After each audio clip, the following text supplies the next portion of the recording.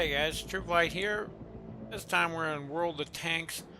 Been getting back into this more recently thanks to finding the Tanks board game by Force 9 there. Really got me interested in messing around with tanks again. Have my German Stug here, just one of my absolute favorite tanks. Below you can kind of see my garage. People have been asking. All my previous tank videos are kind of just of battles in progress, so nobody ever gets to see my garage.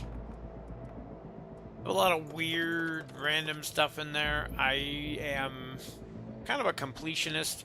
When I go through each tree, I like to max out the tanks as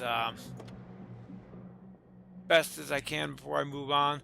You see, all of the previous tanks that I've had are all elite status. The ones that aren't are checked here, meaning they're in my garage. And then there's a handful of gold ones because I don't buy the gold stuff. But you can see the only ones really that aren't already mastered are the ones that I'm currently in. And they keep adding tanks in here, which kind of screw with things. But I'm up to tier 8 tanks here in the US. Just don't have the money to buy them right now. I've unlocked the T-32 as well as the T-28 there.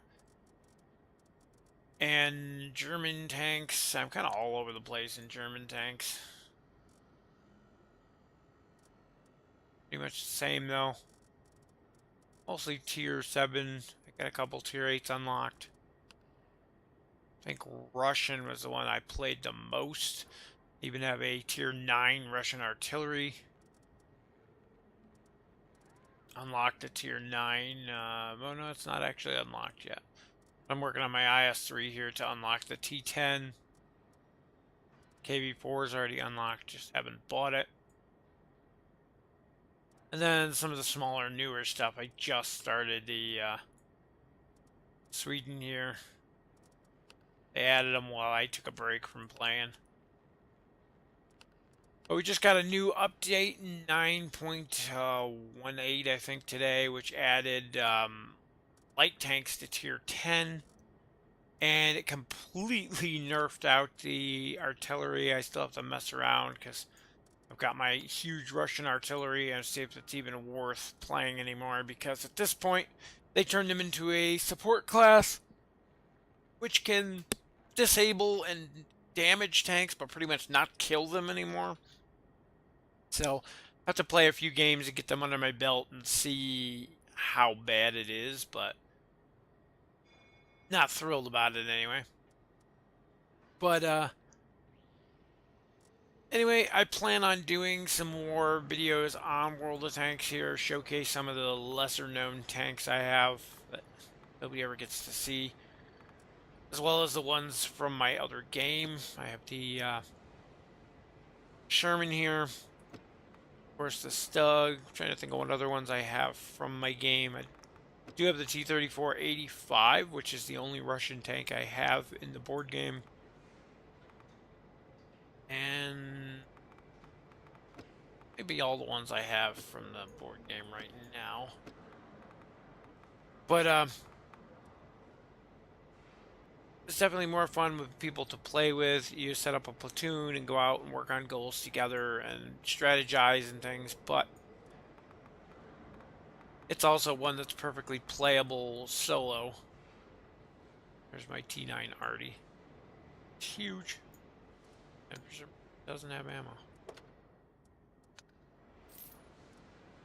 Not set to automatically replenish. Huh. Weird. But anyway, keep an eye out for more videos on World of Tanks in the coming weeks. And try to work up some of these low tier tanks. Tier 5 I find is where the most fun is. The games tend to last. You're not instantly killed in one shot. So there's a bit more strategy. You can take a hit and not end your game immediately. Where higher tier games are just terrible for that.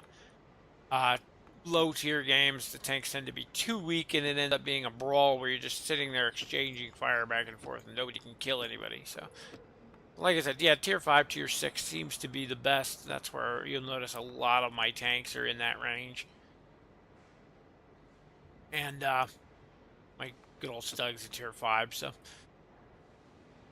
anyway, like I said, keep an eye out for more tank videos here. And I'll try to do maybe some reviews of each of the different tanks I own, as well as some overviews of some of the maps and things. Something different and unique than just battles. But we'll see how that works out. Anyway, thanks for watching, and we'll see you in the next video.